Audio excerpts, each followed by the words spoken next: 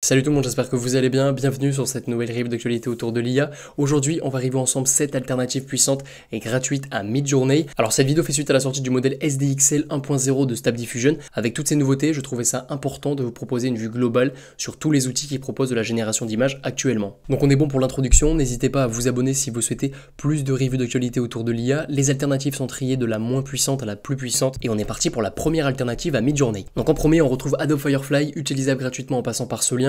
Les images proposées sont de qualité et on a pas mal de réglages intéressants comme la couleur, le ton ou encore l'éclairage. Vous avez la possibilité d'utiliser Adobe Firefly directement sur Photoshop Beta. Vous avez très sûrement dû voir les vidéos où on vient changer une partie de l'image, mais avec Photoshop Beta on passe à du 15 € par mois, donc c'est automatiquement plus une alternative gratuite à Midjourney. Ensuite on a Canva. Alors j'aurais peut-être dû mettre Canva avant Adobe Firefly. On a beaucoup moins d'options et les générations sont un peu moins quali, mais le très gros avantage de Canva c'est que vous avez l'ensemble des outils proposés par Canva de base. Vous pouvez par exemple dessiner sur l'image, ajouter du texte, gérer les calques, etc. Donc à tester, et vous avez 50 photos gratuites avec le lien en description. Ensuite on a Crayon, basé sur le modèle DALL-E Mini. Crayon propose une interface minimaliste et fonctionnelle, c'est agréable à utiliser et les images proposées sont intéressantes. Donc si vous avez un peu de temps, n'hésitez pas à lancer le prompt que vous envoyez par exemple à Canva et à Adobe Firefly également sur Crayon. Ça peut vous proposer des images alternatives plutôt sympas. Ok, donc on arrive aux alternatives sérieuses à Midjourney. On commence par DALL-E d'OpenAI. C'est un modèle qui est utilisé par un nombre d'applications conséquentes comme par exemple Bing AI. Alors je trouve que les résultats sont très intéressants. Juste ici vous avez un exemple avec l'un des prompts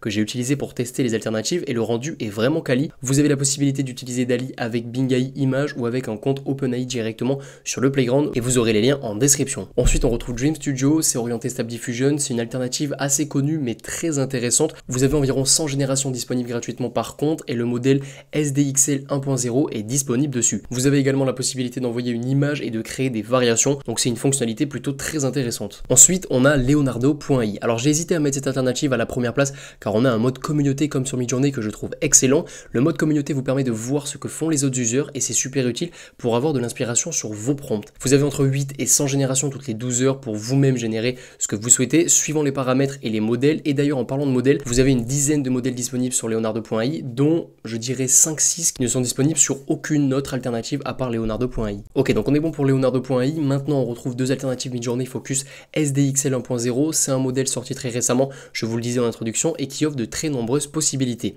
Vous avez deux sites qui vous proposent des générations gratuites avec ce modèle. ClipDrop est l'outil officiel ou du moins le plus recommandé par la communauté et vous avez également playgroundai.com qui marche super bien et vous pouvez uploader une photo pour générer des variantes. Donc c'est un peu comme Dream Studio que je vous présentais juste avant et je trouve ça excellent. Pour sortir le watermark, vous avez ce site, vous uploadez une photo et on vous la renvoie sans les écritures ClipDrop. Juste ici, vous avez un tutoriel pour installer ce modèle directement sur votre ordinateur car oui, SDXL 1.0 est utilisable en illimité sur votre machine.